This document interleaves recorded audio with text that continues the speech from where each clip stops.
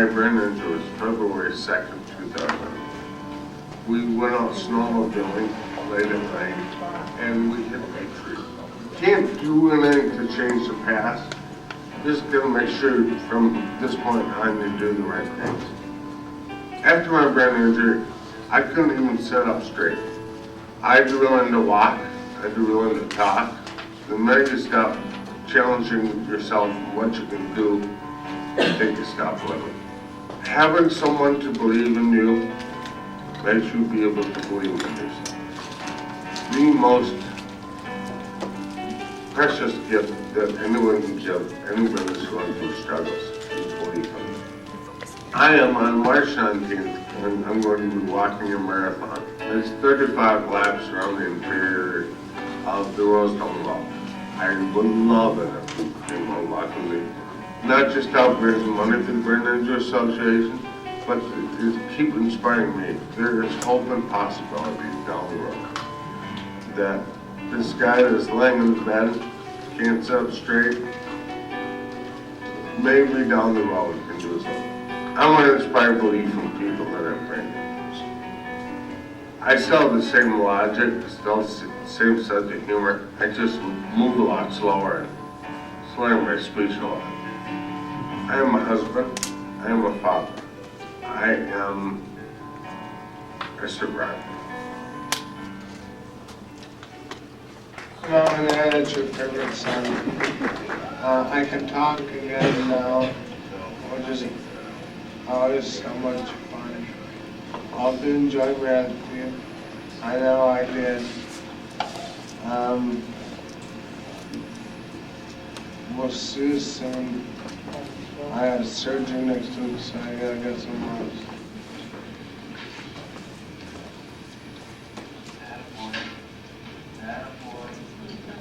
Scratch your hump and go move up a little more. Nothing's changed except that your arms are moving okay. Spence, you're bringing me back to my wheelchair. This afternoon we caught up with Joe Kopp training for a marathon now, and he's training at Rosedale Mall. Since November, he's logged 379 miles. That's the equivalent from here to Milwaukee. Might not seem like much for those diehard runners and walkers, but it's a far cry from where Joe was just a few years ago. All right, big steps. Joe Kopp's journey takes us back to February 2003. The smooth-talking salesman lost his ability to walk I can talk again now. and talk after a massive brain injury. I really don't remember anything about the accident. After a night of drinking, Joe got on the back of a snowmobile. The driver hit a tree, Joe went flying off like a torpedo and hit his head. As far as helmets go, it's the only reason why I'm still here. And looking as good as I still do. Joe never lost his sense of humor, but for a short time, felt sorry for himself. But 3 years ago, his attitude changed. I spent the first 5 years after my accident thinking what I could no longer do. And I decided to decide what I can do. That's when he decided to train to walk a marathon. Why a marathon? Because it's big. It's something that a lot of people can't do, especially people recovering from head injuries. They can't do it. I want to show myself and others that it can be done. 2 weeks away from completing his journey, Joe will take his message of believe, inspire, and achieve to the Rosedale Mall on March 19th, raising money for the Brain Injury Association of Minnesota. There's people that don't have the type of support system that I have. The Brain Injury Association of Minnesota helps those people find direction, find answers, find comfort. Today, Joe finds comfort in the steps he's made to accept the mistake of drinking and riding on a snowmobile, the comfort in knowing he has a purpose in life. I can't control what happened in the past. I control what happens from this point forward. At this point forward, he'll have that walk in 2 weeks. Fittingly, Joe's walk does take place during the Brain Injury Awareness Month. Joe encourages others to come out, support him, and even walk a couple of miles with him on March 19th. He expects the marathon to take him 6.5 to 8 hours. To support Joe, we've set up a link on our website, myfox9.com.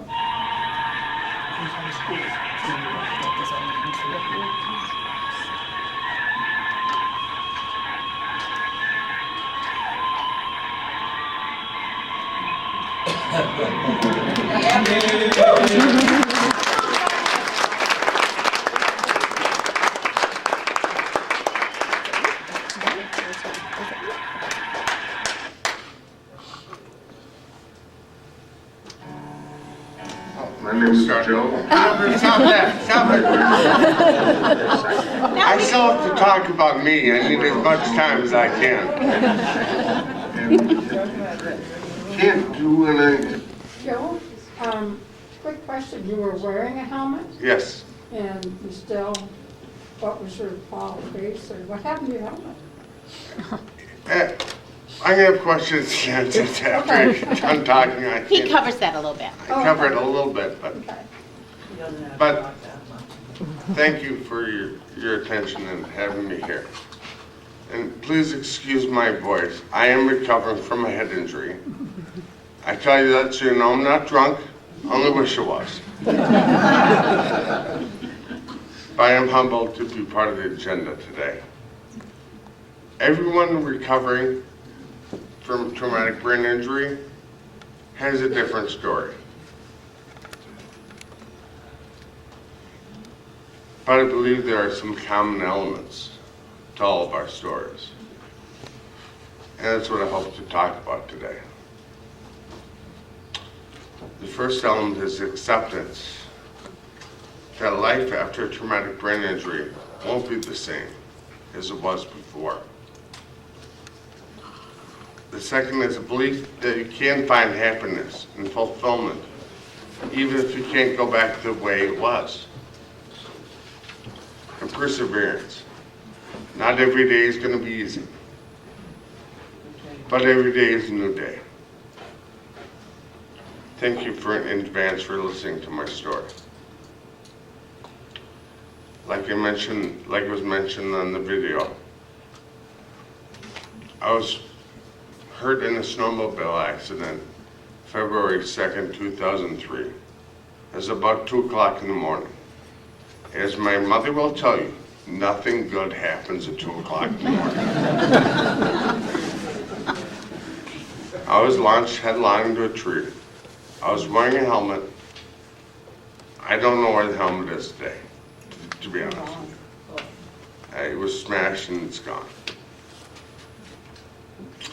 They called my wife, Marcia, and told her that I was unresponsive and critical.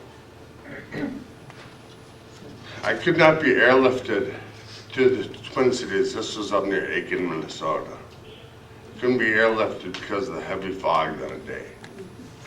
So I had a 3-hour ride to North Memorial Hospital. At the time, I was one of only 2 Trauma 1 centers in the state. Upon arrival at North Memorial, I was given Sacrament of the Sick. I had emergency surgery to take a chunk of my skull out to relieve the pressure of a subdural hematoma, a bleed in the lining of my brain. I was slowly pushing my right hemisphere of my brain all the way to the middle. I was in a coma for about 2 weeks. I spent 10 days in neuro ICU and 5 days in on a transitional floor. Then I spent about 6 weeks in inpatient rehab. When I came to, I couldn't walk, I couldn't talk, I couldn't even sit up straight. If they sat me up in bed, they had to strap me to the bed so I didn't fall over. My balance was a little off. During my assessment interview, when I was being admitted into the inpatient rehab, I had told them I had been flown in from Tampa Bay, the Buccaneers training facility for treatment. I wasn't too coherent at the time, obviously. My first real clear memory was singing Happy Birthday to my 13-year-old niece on the 19th of February, 17 days later. Around February 25th, I had my surgery to replace the hunk of skull they had taken out. They had put it in a freezer bag, put my name on it, tossed it in the freezer and kept it from me. They thawed it out. The day of the surgery, I was in the surgical prep area. A couple nurses my wife was there, my sister was there, and the neurologist walked in. And he said to me, "Do you have any questions or concerns about the procedure?" I just looked at him and said, "Just make sure you put the fuzzy side out."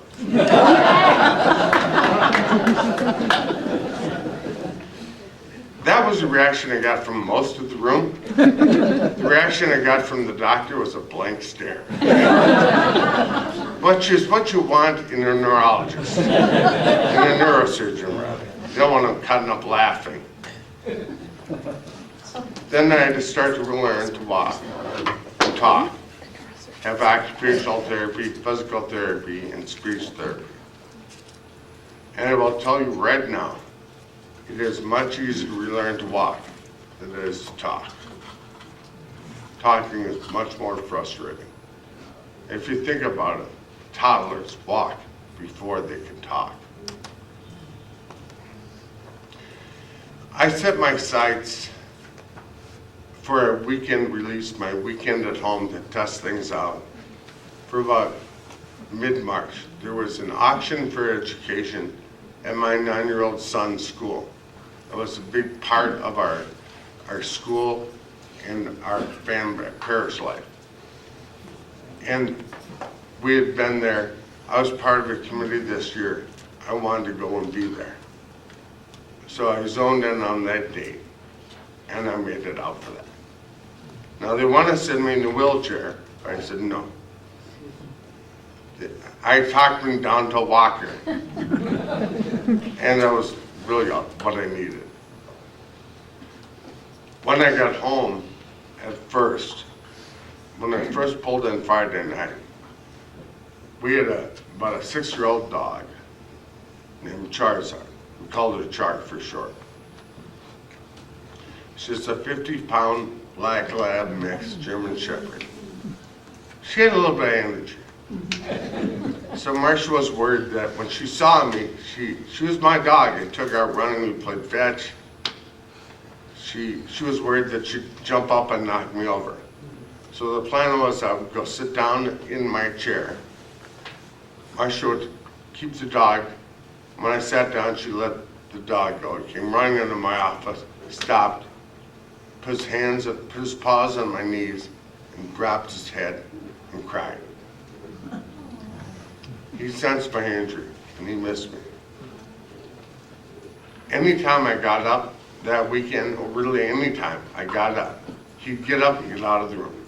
He didn't want to cause me to fall. That night we went to the auction, Saturday night, and the chairman of the auction was nice enough to welcome me back. And it was just to warm my heart, the family and friends and the parish that I had supporting me. Then I was back to the hospital for another week.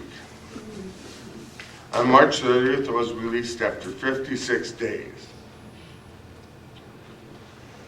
But now, up to that point, it was all about getting out, getting home, getting back to my normal life.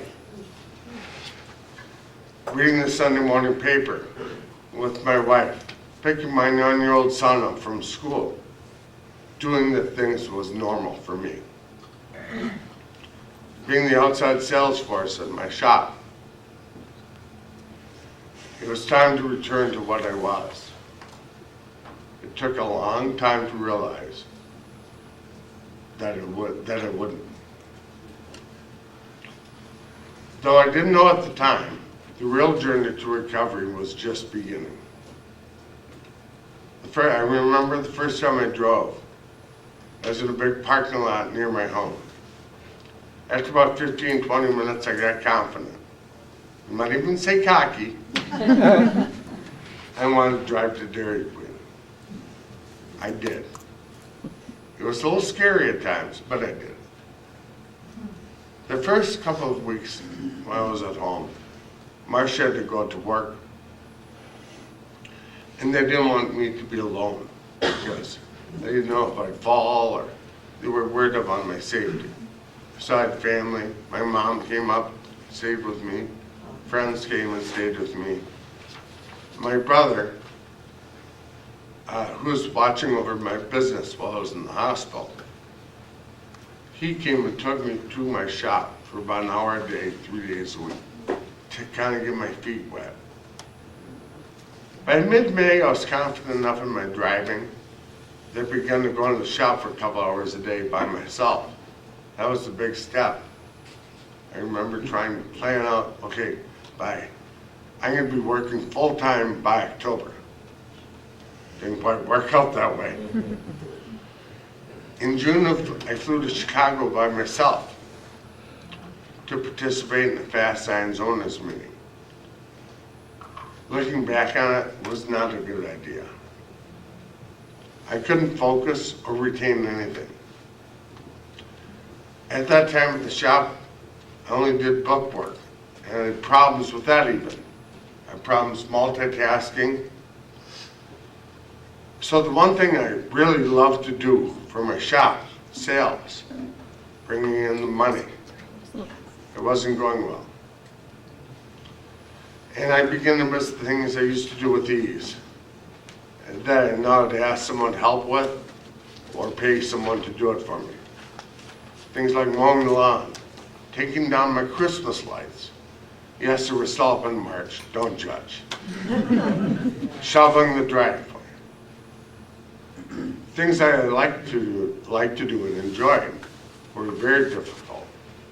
Going to sporting events or crowded venues was very tough.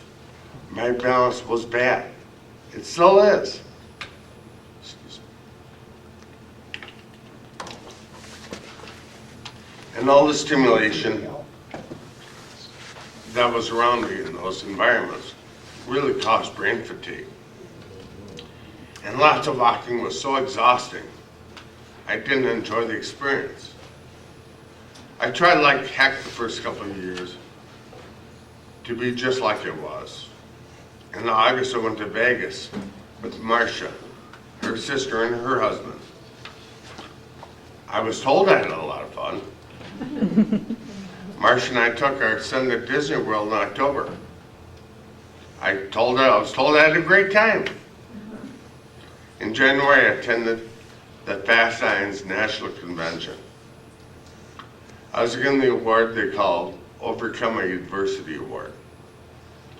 And I was glad I went to reconnect with my fellow franchisees that prayed for me and supported my business while I was in the hospital. So it was very nice to reconnect with them.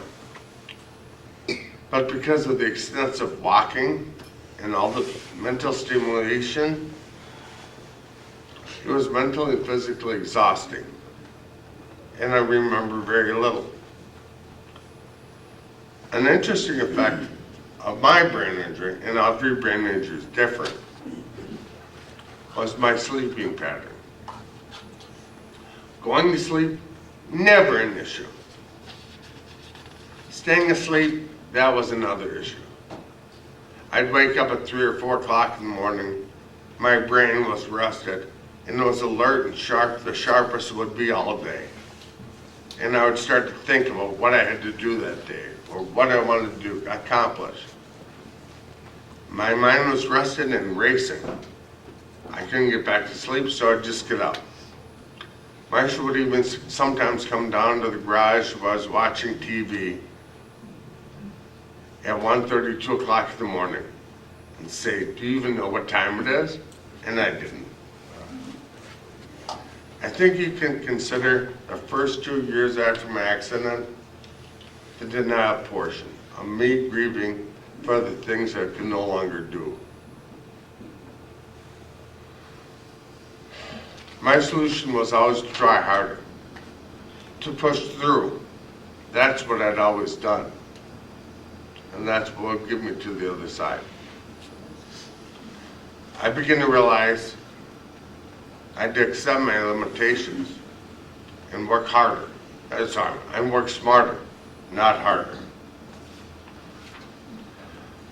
In April of 2004, Marcia left her 11-year career as a marketing supervisor for McDonald's Corporation. She'd actually given notice before the accident, But they were nice and worked with her, let her stay on, until we knew for sure what was gonna happen. How far I would recover. Would we have to sell the business? We had no idea. So McDonald's was great in supporting us. It was always a dream that we had. Me, the dynamic outside salesperson, and Marcia, the consummate inside salesperson. But the best laid plans can change. Everything changed that day. We had to find a different path to our goals. We had to find our new normal. I began to look for ways to round my deficits. I couldn't be the outside sales force in my business anymore. But I could pay the vendors, manage the payroll, pay the taxes, do the financial end of the business. I transferred the outside sales role to my wife, Marcia. I started renting mobility scooters for times I'd be around a lot of crowds and walking. The State Fair, the RV show, the Valley Fair, and the Fast Science Convention. I found I was able to enjoy the experience much more. Because I wasn't worried about expending energy walking and standing up straight without getting knocked over. So in 2007, I bought my own scooter, my own mobility scooter. It's great, it's portable, it breaks down to 5 pieces, it fits in the trunk of my car. I can take it on airplanes. In 2008, we moved into a new home that had fewer steps to navigate. It was also a community that mowed your lawn and removed all the snow for you. Then I found a way to work from home using my computer to dial into my work computer. I still go into the shop from about 7 in the morning till about 11 every day. We open at 9, so it's quiet the first couple hours. I can concentrate. When it gets too hectic, I have to leave. I get home, I do some work from home. It's easier, I get more done and with much less mental fatigue and a lot less errors. After 5 years, I was beginning to believe that my life was not different. Well, my life was different, sorry, it was different. Not better, not worse, just a different path. When we moved into our home in 2008, I was determined to improve myself physically. We installed a few pieces of workout equipment in our basement. And there's a hill behind our house. It's about 3/4 of a mile around. And I was gonna start walking around that hill. First few times I walked around it, I had to rest 2 or 3 times as I went around the hill. Pretty soon I was walking around the hill, no problem. And then I was walking 2 or 3 miles a day. In July 2010, I was walking 6 miles a day, 4 or 5 days a week. It was then I decided I was going to walk a marathon. I wanted to challenge myself. So I contacted the Brain Injury Alliance statement, and they ran with it. I just walked. We set the date for March 19th, 2011. It was an event in Brain Injury Awareness Month to be held at the Rosedale Mall. Like we said, we raised over $16,000 at the Brain Injury Association. Brain Injury Association did a great job of promoting it through the media. Channel 4 and Channel 9 did news stories on me. I was on WCCO radio, and I was on KFAN radio. My training began in late October of 2010. I found a training program online that would have me walk 419 miles in 4.5 months. Every day, every weekday morning, I was at Rosedale Mall by 7 o'clock, walking 2 to 5 miles a day. On Saturdays, I would do a longer walk. I started out with 5 miles. At the end, my Saturday walk was 20 miles. On Saturdays, friends and family would come out and walk with me. My brother-in-law, David Sauer, he probably walked half the Saturdays with me. Walked the day after Christmas with me. That was a 14-mile walk, and we were both full of turkey.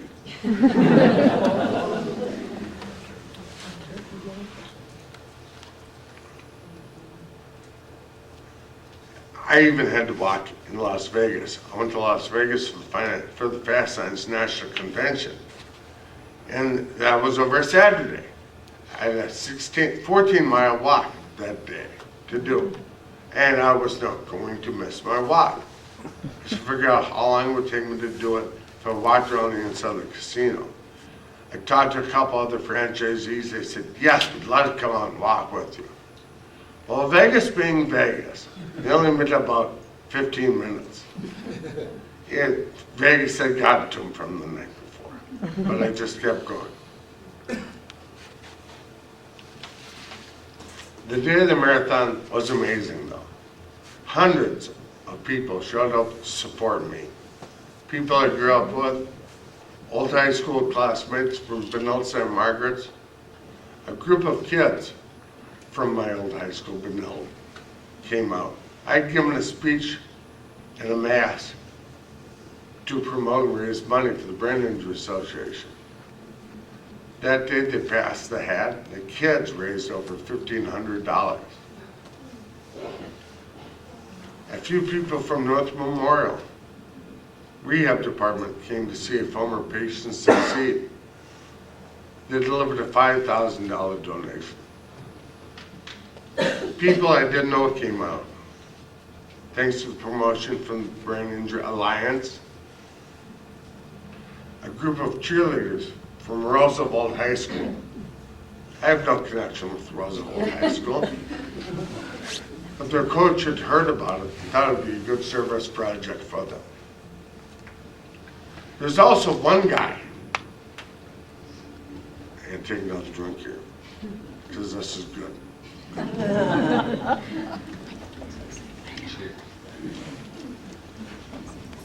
He was also a brain injury survivor. And because of his deficits, he was not allowed to drive. So he walked everywhere. He walked to work, he walked to the store, he walked everywhere. So he was in pretty good shape. I found out later one of his hidden deficits was that he had no concept of time. He had no concept how long things would take or how long he'd do things. He was there at the very start of it. He intended to walk a few miles.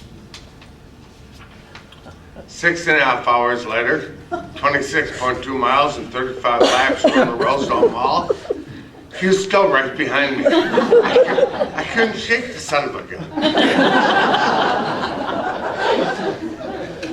I was stopped twice during the walk. Once to do a 20-second live phone interview on WCCF radio, and the second was to receive an award from the Brain Injury Association. Alliance, I give. It was called the Believe, Inspire, and Achieve Award. In my short speech, I thanked them, but said, I still got 10 miles left before I achieve anything. I'll pick this up later. I walked off the stage and continued my marathon. Now it took me 6.5 hours to walk. Now near the beginning, I ran about 300 feet. And I use the term running loosely. But now I can always say I ran in a marathon.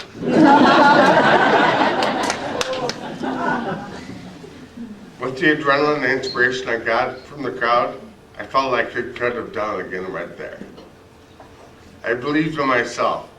I did not want a brain injury to define who I was or who I would be. I wish I could have bottled that feeling, because there are still times I'm reminded that I do have deficits. Just a few months ago, I had to go to Blaine City Hall to take care of a few things. Now, almost every time I meet someone new, I'll start out by the way I started this speech off. You'll excuse my head. Excuse my voice. I'm recovering from a head injury. I'm not drunk, but I wish I was. And I use my cane to indicate to people, hey, there is something wrong here. But I got lazy. I didn't do either one of those things. As I was leaving, I even thought to myself, gee, I bet you they think I'm drunk. Sure enough, I was in all the parking lot. I was pulled over for a suspected DWI. Been there, done that. I told the officer, I said, I can understand why they would have thought that I'm recovered from a head injury. He didn't give me a road test. I probably would have failed that anyhow. But I was given a breathalyzer, and it said 0. The cop apologized, and I was released. It's a very funny story, but it was a low point. I found out a few days later that they did have someone drunk at City Hall. So everyone was really sensitive to that fact. But I was reminded that even though I've lived with my deficits for 12 years, not everyone I know meets, and not everyone I meet knows. It was a tough pill to swallow. I spent 12 years trying not to let my brain injury define me. But as I reflect over the next few days, I came to realize it doesn't define me at all. It will always be a part of me. Every day is not going to be a good one, but I persevere because every day is a new day. Just as before the accident, at my core of who I am the same. I'm a son, a brother, a father, a husband, and I'm a survivor.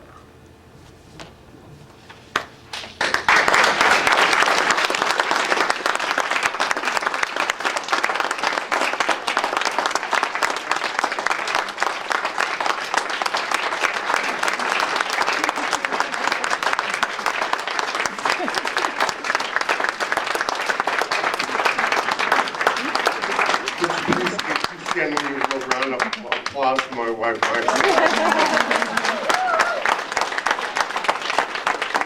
this is the question and answer portion. She's going to stay here because she might know more than I do. Well, she probably does.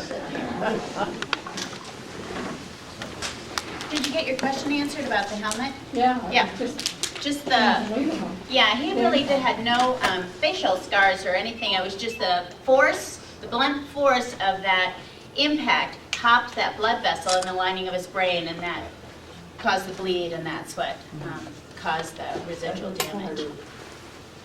I wouldn't look this good if I didn't have a helmet. True. Yes, Hi, sir. I'm Coffee John. I nearly died in Oakville Tables for motorcycle accident.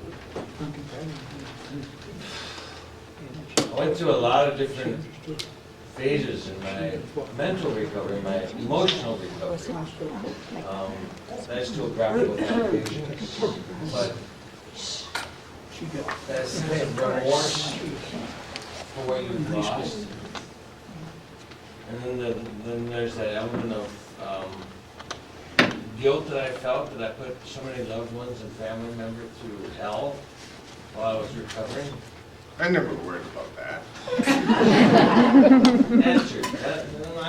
Yeah. I'm done. I'm done. I'm done. Sorry. Speak a little bit about your sense of self and how, and the struggles that you went through, or a struggle that you went through in regaining that sense of self. Well, a big part, I My son was 9 years old when this happened. I was bigger than life to that kid. And I couldn't do the things. I couldn't take him out, teach him how to throw a ball anymore. I couldn't work with him. I feel like I cheated him. And I still do, and I probably will the rest of my life. Because I did. I made a stupid mistake. But you know what? I've learned that I can't do anything about that. I can't change that. I can only go forward and move on. Thank you.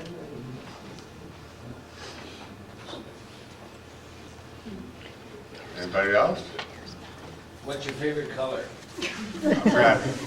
Oh, nice. Mom, any questions? The driver of the, Oh, God, no, that's my mom. She's always talking. the driver of the snowmobile, was that person injured or? He was injured because he was caught up in the steering column of the snowmobile. He tore his knee up. He almost lost an eye. He has a front head injury. We're still very good friends, and will continue to be. Does he have the difficulties you have or similar? If you saw him, you wouldn't know. Yeah. But he's got short-term memory loss. So anytime I call him, I've got to call his wife and tell him what we discussed and when we're going to meet. Otherwise, he won't remember. But he does have that, but you look at him, and you wouldn't know there's a thing wrong.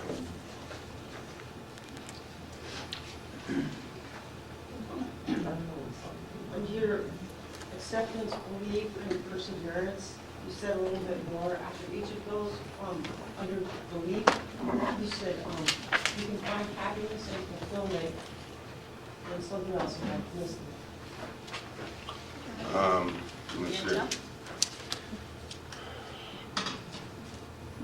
Basically, he was talking about, his journey was, first of all, accepting that, life wasn't going to be the way it was. And it took, months, a long time. I see what you were talking about. Yeah. That you can find happiness and fulfillment even though you go back to the way things were. That's the belief part. Okay. So after he accepted it, then he started to believe that, you know what, okay, it's not going to be the way it is, but I can still have a life filled with hope and possibility. It's just going to be a different path. Okay. And sorry. It's all right.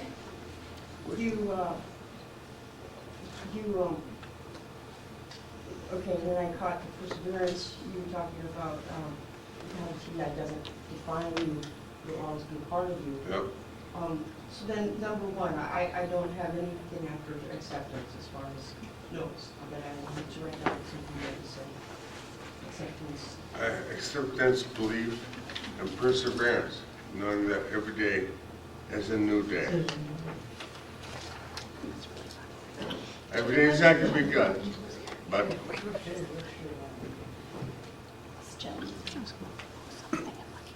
I sure do hope a very quick,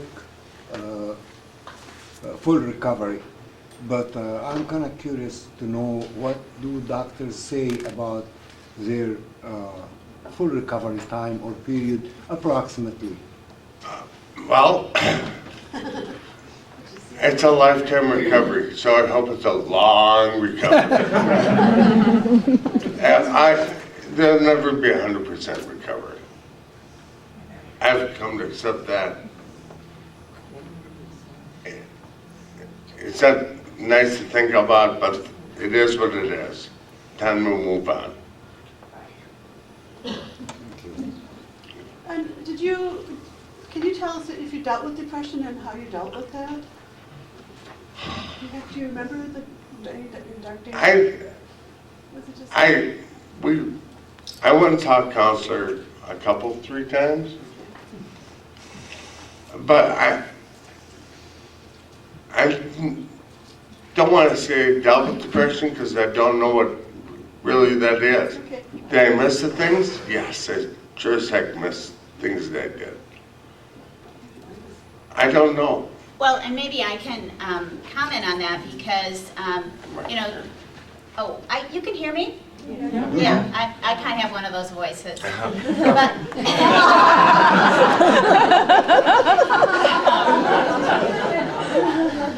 honey, you know you're the luckiest man. But I didn't mean that. I remember Joe did get down, you know, and he was depressed. And, you know, it's just so much, right, to come to terms with. And he did, there was a certain period of time where he was prescribed some antidepressants. But, you know, he didn't like the way they made him feel. And that was just his reaction, his journey, and whatever the drug was, just kind of leveled him out, and he really didn't like that feeling. So, yeah, he wasn't on them for long. But I would say, you know, again, does Joe have down days? Sure. But, you know, I have down days. Don't mean to minimize, you know, his injury at all. But he is so good at just moving through. Tomorrow's a new day, moving on. I mean, that's the man he was before the head injury. So he definitely uses that perseverance every day and the attitude that tomorrow is a new day. So one of the things I hear that gives me hope is it sounds like his essence kind of stayed the same. Because sometimes I'm so early in my head injury, I feel like, am I essentially the same? Mm-hmm. You know, Yeah. will I be essentially the same? Well, I can tell you that, you know, Joe and I have I'm been just married. as big an ass as I'm out. That's what I was hoping would change. I wasn't going to say that, but No, like I said, the core of who I am, the very core. I mean, I talk funny now, I walk funny, but the core of who I am, I truly believe is the same. well, and I can tell you from his wife's perspective, you know, 24 years ago, I married an amazing man. He's different the 12 years after the accident, but he's still an amazing man. So, There's a question way in the back. Yeah, that's you, ma'am. Okay, Yep. it's amazing to hear about the support that you have from the family and the community. I think that's wonderful. But I'm also concerned, especially about people who have experienced brain injuries from violence in their lives and things of that sort, that many people don't have those kinds of support systems. And at the same time, you've got people around you who recognize what you experienced. Many of us who have hidden disabilities, a lot of hidden disabilities, are challenged by other people who refuse to believe that you're not what you're dealing with.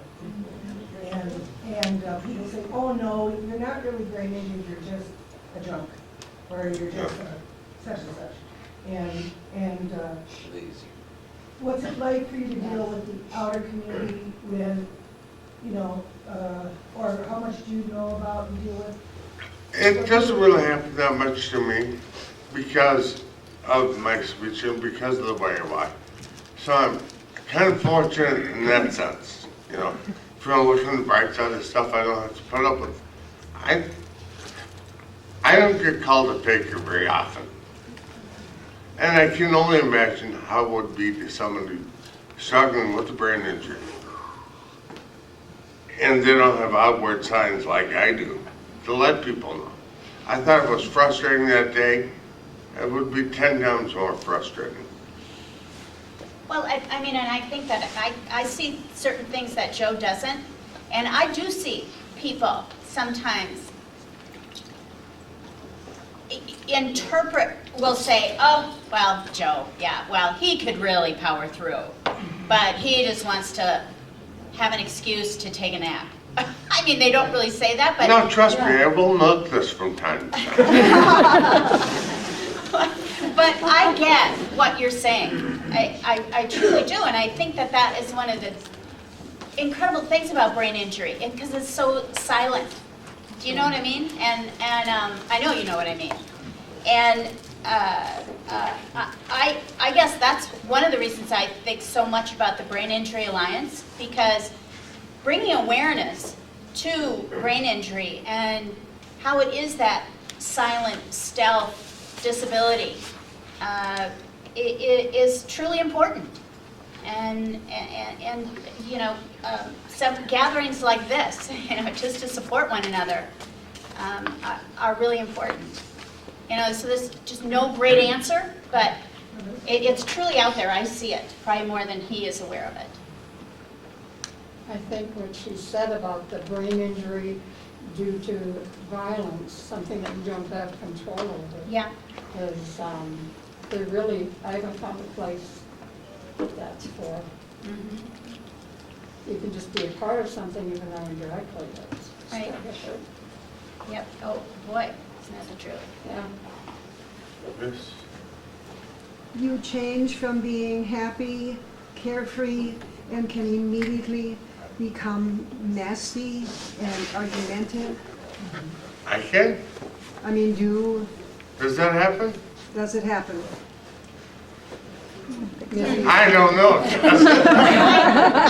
Mom? Well, you know, all those centers of the brain are, so everybody's injury is different. For Joe, does he get frustrated or easily? And easier than before the head injury? Absolutely. But one thing I notice is that he moves through it very quickly. So whereas I might stew about something, Joe is not a stewer. You know, he just moves right through it. And I think that, I would think that if Joe would have become violent because of his head injury, you know, I don't know that our marriage would have lasted that. But, you know, I thank God that I didn't have to, Spencer and I didn't deal with that. We didn't have to deal with that. Plus, she's got a couple brothers that are very large.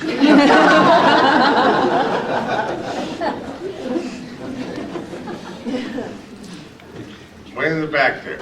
Brain injuries can be so hard on relationships. How did you guys deal with that? And how, like, what did you have to do to make that work in your relationship? A lot of patience and understanding on her side. I will be the first to admit that. Well, and you know, I've reflected on that journey for sure. And in the beginning, it was all about our 9-year-old son. It was just, okay, Joe and I, you know, feel a little shattered in our dreams and where we were going to take our life.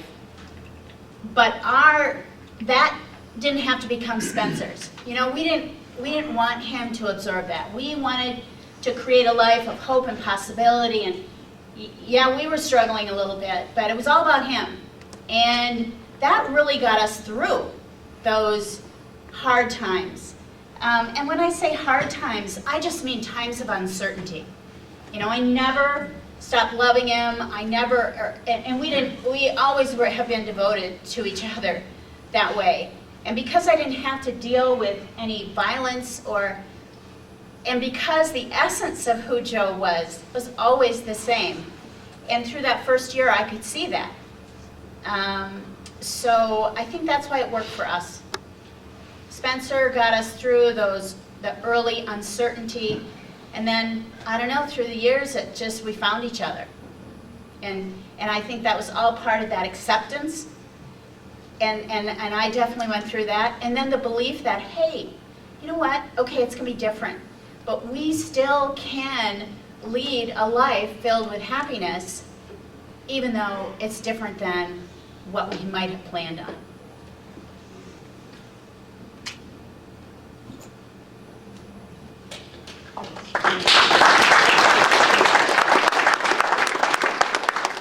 David, the closing ceremonies are now up to you. May I say something first? Sure. It's my mother. Yeah. She has a lot of He talks a lot.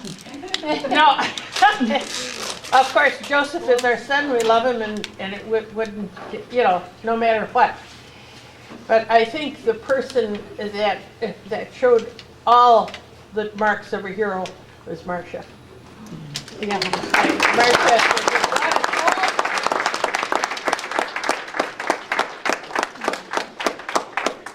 Okay, that's gonna do it for us.